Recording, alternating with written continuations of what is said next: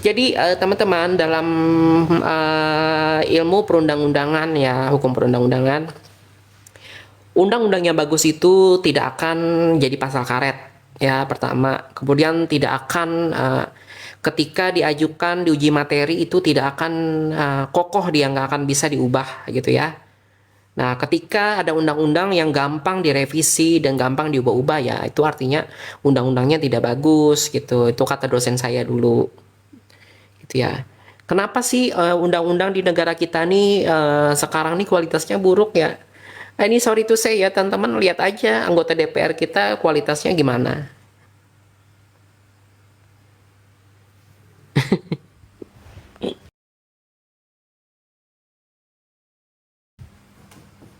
Kan sedangkan legislatif itu ya tugasnya membuat undang-undang. Tapi ketika orang yang membuat undang-undang tidak punya kapasitas gitu ya, misal nih dia membuat undang-undang tapi dia nggak paham gitu bahasa hukum ya. Jadi undang-undang ini kan dia pakai bahasa hukum teman-teman. Satu kata itu bisa ditafsirkan ke berbagai arah gitu. Jadi ketika orang yang membuat sesuatu, orang nggak bisa basicnya bukan koki tapi disuruh bikin kue kan gimana?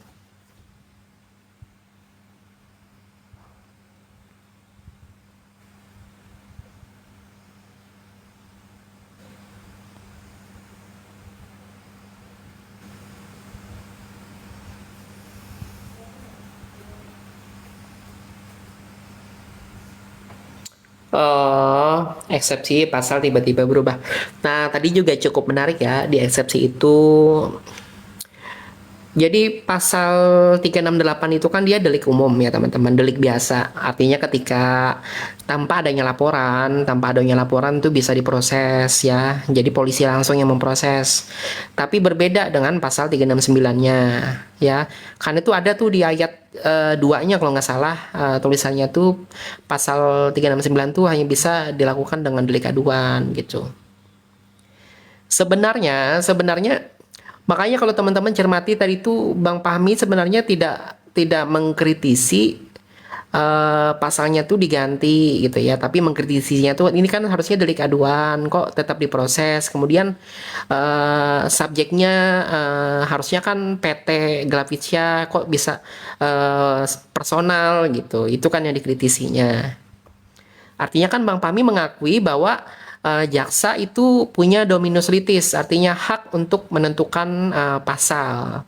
Jadi jaksa bisa mengubah-ubah pasal, teman-teman, asal kronologinya tidak diubah, tidak direkayasa, asal sebelum masuk ke pembuktian. Jadi kalau menyusun dakwaan ya jaksa bisa aja mengubah pasal A, pasal B gitu. Tapi yang dikritisi oleh Bang Pami adalah terkait tadinya delik biasa kan pasal 368 ya, kita bicara pasal 368 kemudian diganti dengan 369 delik aduan. Nah, sedangkan subjeknya ini diduga ternyata tidak memiliki kewenangan untuk membuat laporan gitu ya.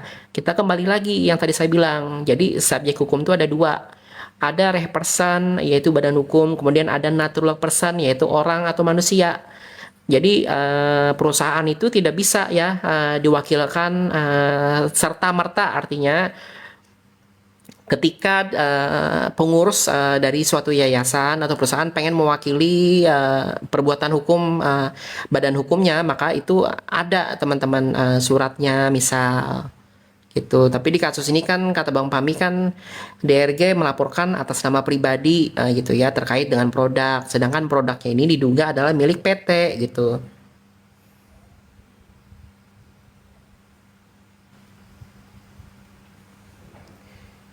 Gitu. Jadi kalau masalah perubahan pasal tuh tetap itu sah ya, teman-teman. Makanya kan tadi di eksepsi nggak, bukan itu sebenarnya poinnya merubah pasal, bukan merubah pasal tapi merubah pasal dari apa itu kan pasalnya delik aduan. Kemudian diduga subjeknya nih tidak memiliki kewenangan untuk membuat laporan gitu.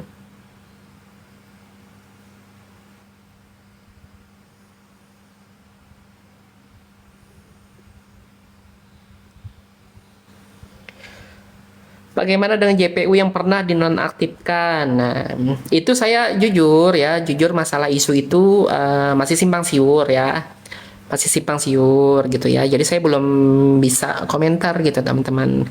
Tapi ketika dia dinonaktifkan dan aktif lagi ya, Artinya kan pimpinannya kan tidak mempermasalahkan, artinya kan dia cuma dapat sanksi administratif ya gitu. Jadi dianggapnya tidak fatal mungkin kesalahannya.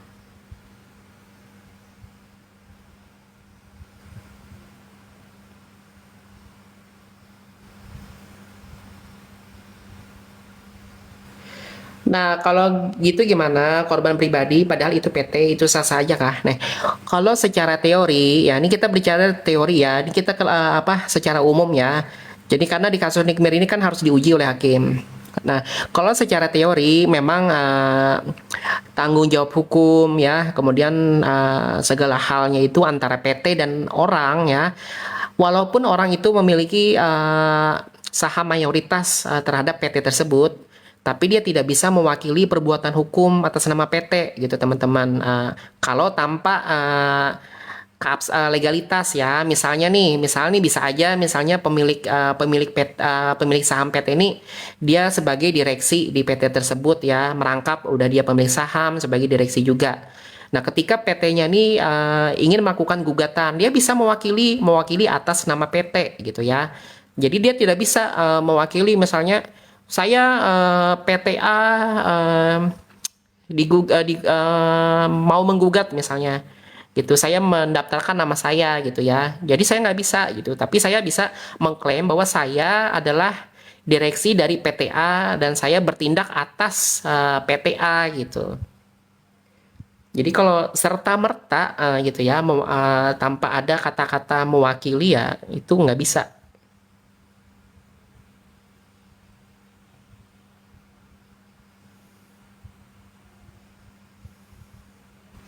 Iya, harus dari awal.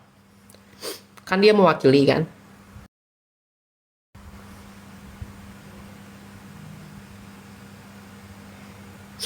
Gitu. Nah, makanya nih nanti akan lebih rumit lagi ya ketika nanti ternyata eksepsinya misal dikabulkan. Ya kan, artinya dakwaan bahasanya itu disuruh revisi gitu teman-teman, di daur ulang gitu. Apa ceritanya nih. Jadi didaur ulang ya kan. Oke lah naik misalnya PT-nya melapor ulang. Nah, yang jadi pertanyaan saya nih, apakah PT bisa merasa terancam gitu ya? Apakah PT bisa merasa tertekan kan, itu kan jadi pertanyaan lagi. Sedangkan pasalnya kan sekarang ini kan pasal ancaman dengan tekanan gitu ya.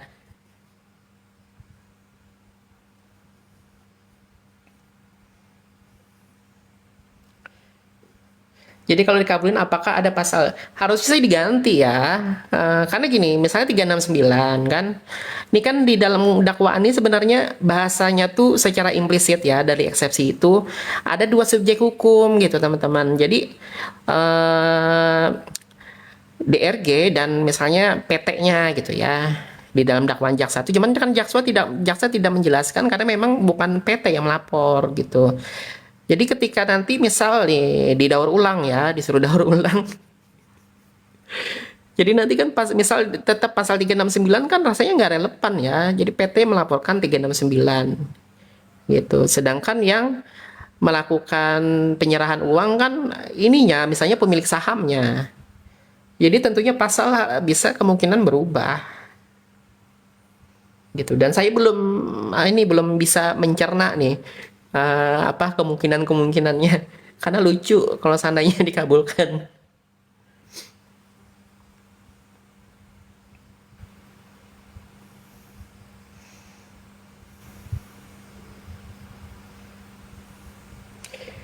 DRG nggak hadir padahal wajib hadir. Nih apa? Tadi itu sebenarnya beliau hadir nggak hadir juga nggak masalah ya, karena pihak penggugat juga kan nggak hadir, nggak bisa hadir kan karena nggak dapat izin dari hakim kan. Jadi hakim kan meminta Nikita Mirzani untuk formal gitu ya teman-teman gitu, ada surat gitu ya. Jadi sebenarnya hakim tuh nggak salah juga tadi gitu. Jadi formalitasnya ada gitu. Jadi ada legalitasnya gitu ya dalam bentuk tertulis untuk meminta izin melakukan mediasi. Gitu ya. Jadi kan mungkin beliau pikir ngapain si penggugat aja nggak hadir, ngapain gue hadir gitu kali.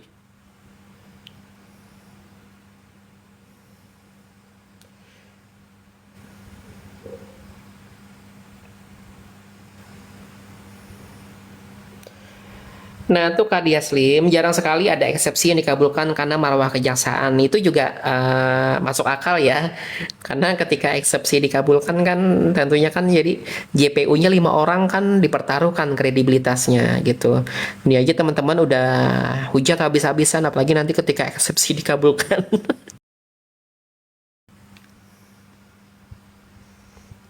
PT itu punya siapa? Tadi ada yang bilang bahwa PT itu ownernya Dokter Reza gitu ya.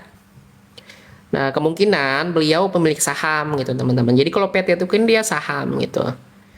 Tapi saya nggak tahu itu PT-nya TBK atau enggak sih gitu. Kayak saya belum ada tahu. Jadi tadi ada yang cek Google, katanya punya DRG. Jadi bahasanya itu sebenarnya bukan owner ya teman-teman, itu keliru sebenarnya. Jadi bahasanya itu sebenarnya pemilik saham. Jadi PT itu nggak kayak warung, warung milik si ini, warung milik si Kuki gitu, nggak bisa. Jadi PT itu kan dia ada apa, pemegang-pemegang saham gitu. Sorry, bahasanya pemegang saham. Sama yayasan juga nggak bisa. Yayasan milik saya, tapi yayasan yang didirikan oleh saya gitu. Karena ketika PT dan yayasan dibangun ya dibuat itu udah dia terpisah, bukan menjadi bagian dari diri kita lagi gitu. Jadi dia ibaratnya tuh udah kayak saudara ya. Ibaratnya kita tuh membuat PT tuh ya kita kayak melahirkan sesuatu gitu. Itu hitungnya udah kayak orang.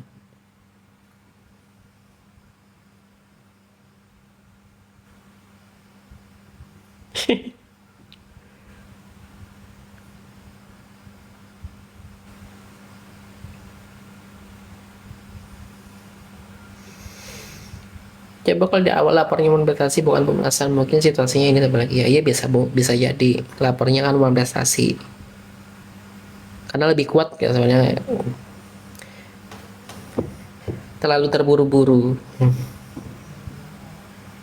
Karena nanti kan dari one prestasi baru nanti masuk gitu ya, harusnya benar betul juga tuh ya. Harusnya DRG-nya lapor one prestasi duluan.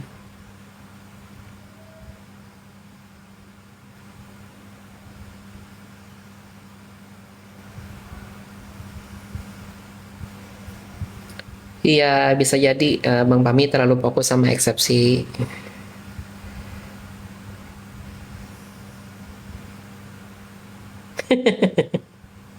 Nggak boleh gitu.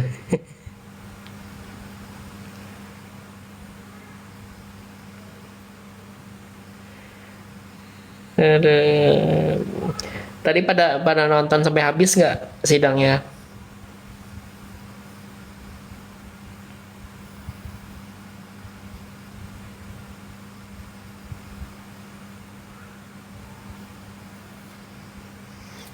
Tadi cukup seru ya, cukup emosional gitu.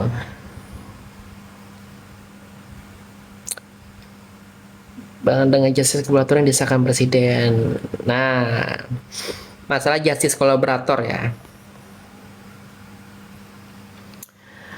Jadi teman-teman, justice kolaborator itu adalah sebuah istilah hukum ya. Jadi justice kolaborator adalah pelaku tindak kejahatan yang mau bekerja sama dengan aparat penegak hukum untuk membongkar sebuah tindak kejahatan yang lebih besar. Misalnya, justice kolaborator di kasus narkoba. Jadi ketika kurir tertangkap, dia bisa menjadi justice kolaborator dengan syarat dia mau membuka sindikatnya gitu ya. Itu gambarannya ya. Jadi dia nyebutin nih bosnya, ini jaringannya di mana-mana itu justice kolaborator. Itu bukanlah istilah baru dan apa sudah ada pernah produk hukum yang dibuat terkait dengan justice kolaborator. Salah satunya dua diantaranya adalah Undang-Undang LPSK gitu ya, Undang-Undang Pelindungan Saksi dan Korban. Kemudian di dulu itu tahun 2012 GC merupakan syarat utama ya untuk pelaku-pelaku extraordinary crime tertuang di dalam PP 99 tahun 2012. Jadi GC merupakan syarat utama untuk pelaku kejahatan narkotika, kemudian pelaku terorisme, kemudian tindak pidana penjual orang apa penjualan orang, kemudian TPPU gitu ya. Nah, itu syarat utama untuk bisa bebas bersyarat dan dapat remisi, tapi PP itu udah dicabut tahun 2020 karena menimbulkan banyak masalah. Nah, sekarang dibuat lagi PP ya, PP nomor 24 tahun 2025 tentang Justice Collaboration. Itu isinya apa? Isinya tidak mendiskriminasi seperti PP 99 kemarin, tapi lebih untuk mengajak para baik tersangka, terdakwa, terpidana untuk bekerja sama membongkar sindikat gitu teman-teman. Jadi apakah itu PP itu jawaban Presiden Prabowo untuk Nikita Mirzani? Jadi kan isunya begitu ya. Itu tidak sepenuhnya keliru isunya. Karena apa? Jadi karena PP itu memang jawaban dari negara untuk memberikan keadilan bagi masyarakat ya, khususnya agar sindikat kejahatan lebih bisa terungkap ya. Jadi Nikita Mirzani kan bagian dari masyarakat. Nikita Mirzani juga salah satu dari tiga status hukum ya, orang yang berkasus, tersangka, terdakwa, dan terpidana gitu. Jadi nggak keliru juga, tapi juga nggak tepat juga isu itu gitu.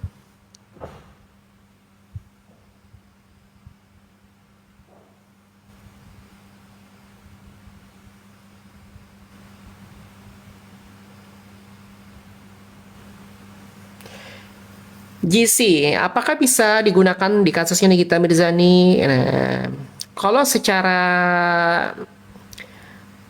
prinsip ya bisa. Kenapa? Karena kan dia di kasus ini kan ada TPPU-nya teman-teman. Jadi ada TPPU-nya, itu TPPU merupakan salah satu kejahatan yang tidak pidana khusus ya. Gitu. Jadi misal, oh ya syarat untuk menjadi justice collaborator adalah bukan pelaku utama ya. Bukan pelaku utama. Jadi bisa aja misal nih, ternyata Nikita Mirzani ini bukan pelaku utama. Jadi dia nyebutin siapa pelaku utamanya di kasus yang pemerasan. Gitu. Itu skenario pertama. Skenario kedua, misal misal nih ternyata 4M itu bukanlah hasil pemerasan tapi hasil tutup mulut gitu ya, tutup mulut untuk menutupi skincare yang membahayakan masyarakat luas, misal ini misal ya gitu. Jadi Nikita Mirzani mengakui ini ya, saya mengakui bahwa ini bukan pemerasan tapi ini merupakan pemufakatan jahat gitu ya. Saya bersedia sebagai justice collaborator ya.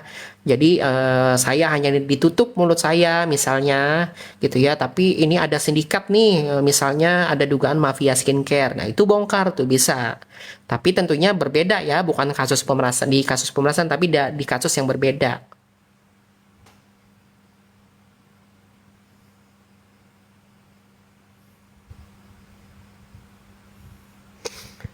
Nanti cek di ini ya, Kak Widya, ada cek dua VT tadi. Tadi saya udah jelasin dua kali masalah apa sidang yang tadi. Tapi saya udah bikinkan VT-nya gitu. Nanti bisa dicek ada part satu, part 2. Nanti part selanjutnya insya Allah besok saya bikinkan.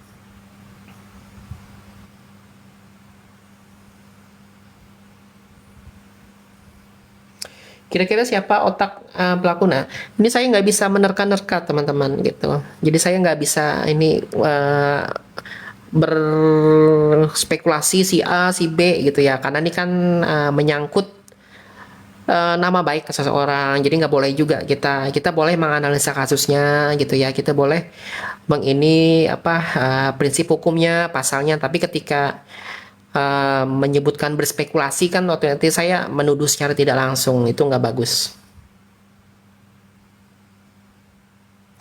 Kayaknya teman-teman kan bisa baca di dakwaan, ketik SPPP PN Jakarta Selatan, kemudian ketik di daftar cari nama tuh nama Nikita Mirzani atau Ismail Marzuki. Nah, itu ada dakwaan jaksa. Tuh teman-teman bisa sebenarnya mengambil kesimpulan awal di situ gitu. Bandingkan dengan eksepsi tadi gitu ya, dicocok logi gitu, nanti pasti ketemu nalarnya ya. Tapi jangan lupa baca a'udzubillahi minasyaitonirrajim dulu biar nggak dimasukin setan.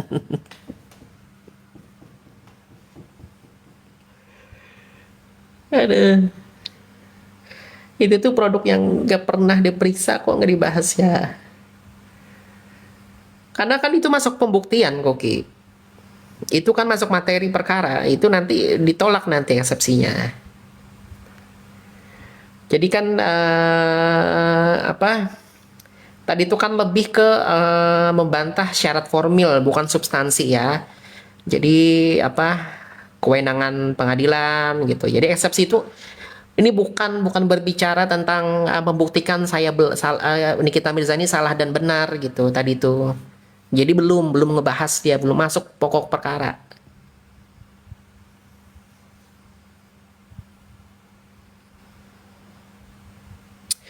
Terus yang laporan jadi P21 kemarin yang tentang Niki itu apa memang bisa begitu jika buktinya nggak kuat. Tapi ini kan ini kita mundur, jangan mundur ya. Kan kita udah bicara udah persidangan. Kalau kita bicara P21 lagi mundur lagi.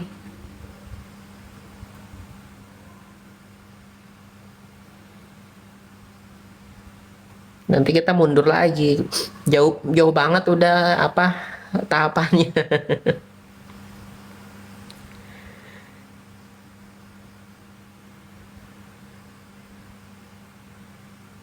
Gitu, feeling. Harusnya sih eksepsi ini diterima sebagian ya. Kan dia ada beberapa poin kan. Apa alasan-alasan kenapa harus dikabulkan ya eksepsi gitu. Harusnya sih beberapa ini jadi kan hakim dia bisa aja nanti mengabulkan sepenuhnya atau mengabulkan sebagian gitu teman-teman. Harusnya sih ada sebagian yang dikabulkan. Khususnya sih kalau saya cermati ya itu tadi subjek hukumnya gitu.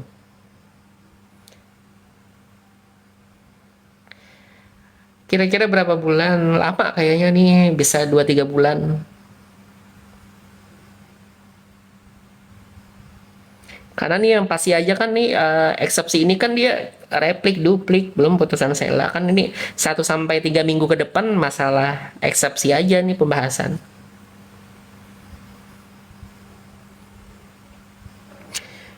Bisa jadi maksudnya bila mana ditolak eksepsi justru untuk membongkar sampai akar.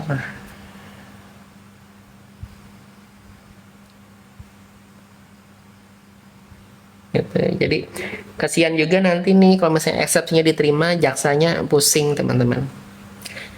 Ini pasti nanti jaksanya merengek-rengek nih, janganlah dikabulin eksepsinya. Karena tadi benar siapa tadi bilang katanya marwah kejaksaan tercoreng kalau eksepsi dikabulkan.